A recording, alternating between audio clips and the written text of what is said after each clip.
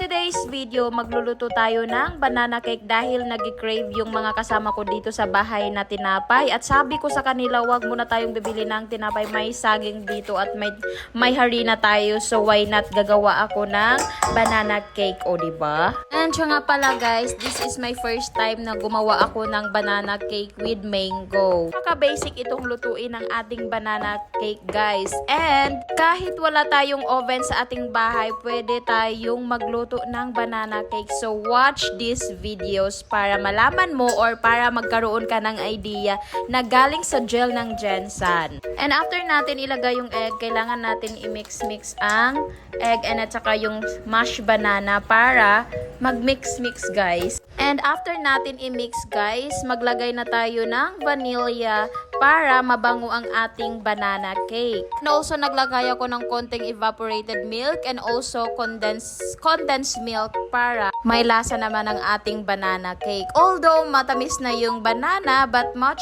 better na mag-add tayo ng konting condensed milk para nakadepende pa rin sa inyo guys kung gusto nyo talaga ng matamis na banana cake. Pero sa akin nag-add ako ng konti. And after that, gimix ko din ulit guys para mag-combine talaga yung lasa ng ating mga ingredients, diba?